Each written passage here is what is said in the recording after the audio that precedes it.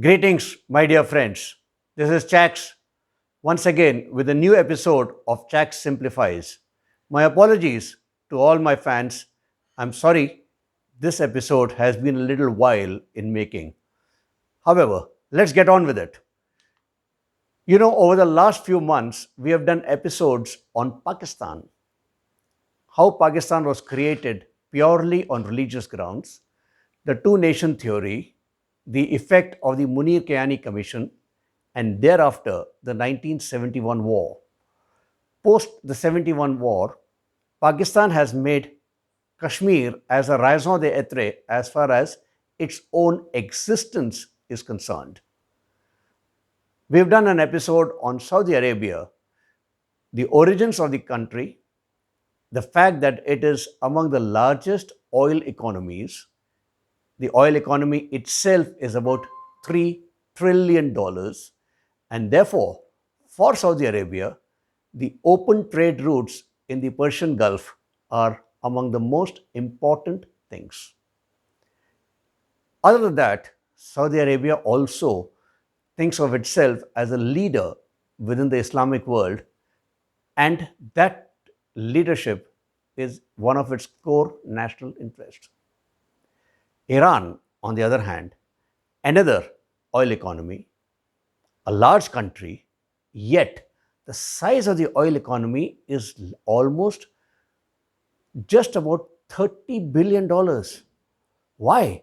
It's faced with phenomenal sanctions right through its existence, especially after the Shah of Iran was deposed and Ayatollah Khomeini took over. Iran is mainly mountainous and therefore needs plains for agriculture and expansion.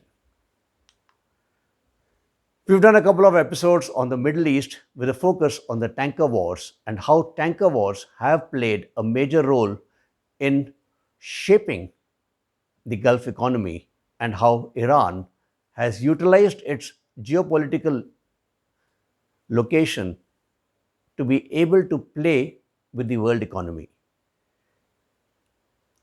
The new factors that have to be kept in consideration are the most important of them all, Turkey. Turkey is a new upstart. It has tasted success of late. It has been able to show its finger to the United States and went ahead with the purchase of S 400 from Russia. On the other hand, it's also threatened Russia by shooting down its aircraft a few days back. It has got its way with a buffer zone with Syria to ensure the Kurds are kept at bay with a 115-kilometer long zone and 30-kilometer wide. It has been threatening the Saudi leadership of the Islamic world, and with the support of Pakistan and Malaysia, has been trying to project itself as the new, more comprehensive leader.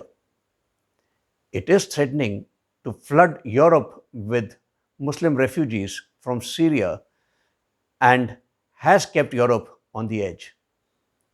On the other hand, you have the three, well, how do I call them? Iraq, Syria, and Yemen continue to be the three battlegrounds as far as the Middle East is concerned. They continue to bleed the Middle East. In all this, what queers the pitch, especially in the last few months, is the killing of Soleimani.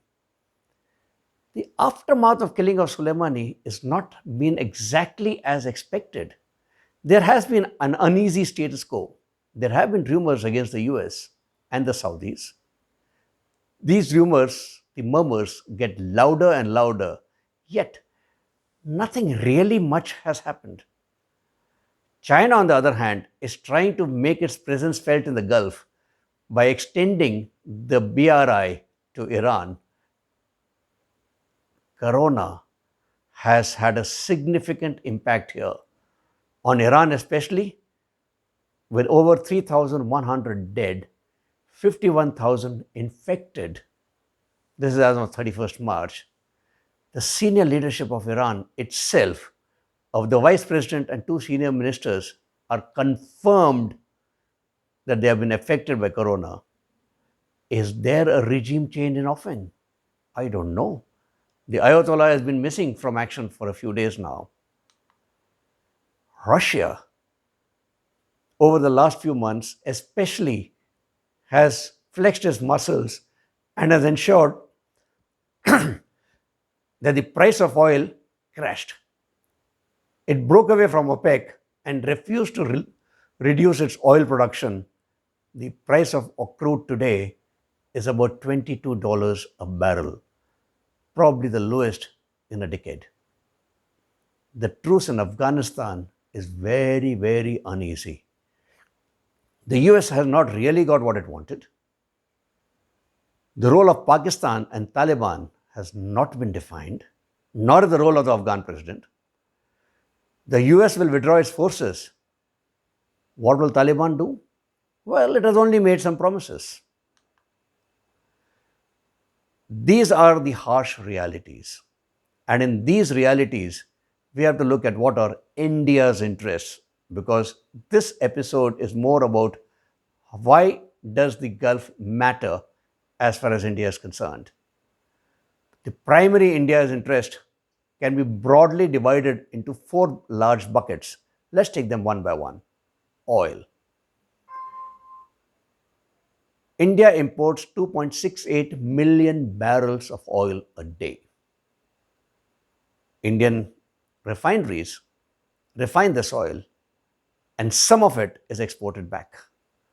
The price of oil, the gross processing margins, are of primary interest to India. Lower the price of oil, the lower is the cost to India, and therefore India is naturally the happier. It very obviously wants to ensure that its access to the Gulf and the supply of oil remains uninterrupted. On the other hand, Pakistan, with China's help, tries to queer this pitch as far as we are concerned. And don't forget Iran. India has a little over 9 million Indians who are employed in the Gulf nations. 4 million are in the Saudi Arabia, 3 million in UAE, 1 in Kuwait, 77 lakh abouts in Qatar, and the remainder spread all over. The remittances from the Gulf are $40 billion. The UAE alone remits 14 billion. The Saudi, 11 billion. Qatar and Kuwait, 4 billion each. You can now see economically how important this region is for India, because this is how we keep the wells in the Gulf ticking. The Chabahar port and its access to Afghanistan and Central Asian republics is important as far as India is concerned. India always wanted to play an important role in Afghanistan.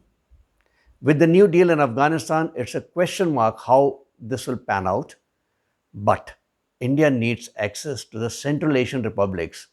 These Central Asian republics have oil and other important minerals which are of strategic importance as far as India is concerned. You would recollect the Charbagh port is presently outside the US sanctions. India has a significant influence in the Gulf. India's cultural influence, India's cultural linkages to the Gulf are of centuries old. The soft power of India is well renowned. Don't forget, India has the largest number of Muslims in the world, and there is a jostle for leadership of Muslims between Saudi Arabia and Turkey in the Sunni world and Iran in the Shia world. India has significant numbers of both, and therefore its relationship with all these powers is important. Don't forget, Saudi Arabia funds significantly the mosques and madrasas in India, especially along the Malabar coast.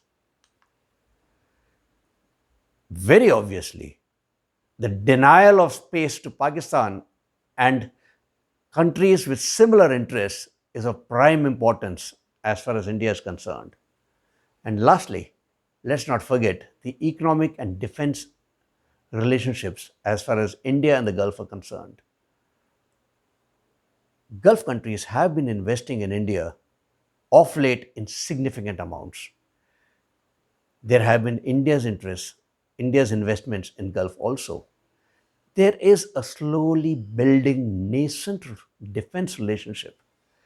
In all of this, India has a major role to play, and India does fear what will happen in case any of the principal actors here, the Saudi Arabia, Iran, Turkey, Iraq, and don't forget Yemen. Saudi Arabia at the moment is trying to placate Yemen to peace by looking if it can sign a peace deal with the Yemenis. Very obviously, it will have to be with the blessings of Iran. In the days of Corona and post Corona, how this entire geopolitical motive will play itself out is something of which will be watched with great interest by all of us, India especially, because India, don't forget, has to do the balancing act between China, Russia, and the US on one hand, Saudi and Iran on the other, Saudi and Turkey on a third, and all at the same time denying Pakistan with whatever role it can play. Thank you very much for watching, and as always, do feel free to share, like, and comment on this video. I look forward to your comments, and we'll come back with a fresh video on the geopolitics of Corona in the next week or so. Thank you very much. Have a great day.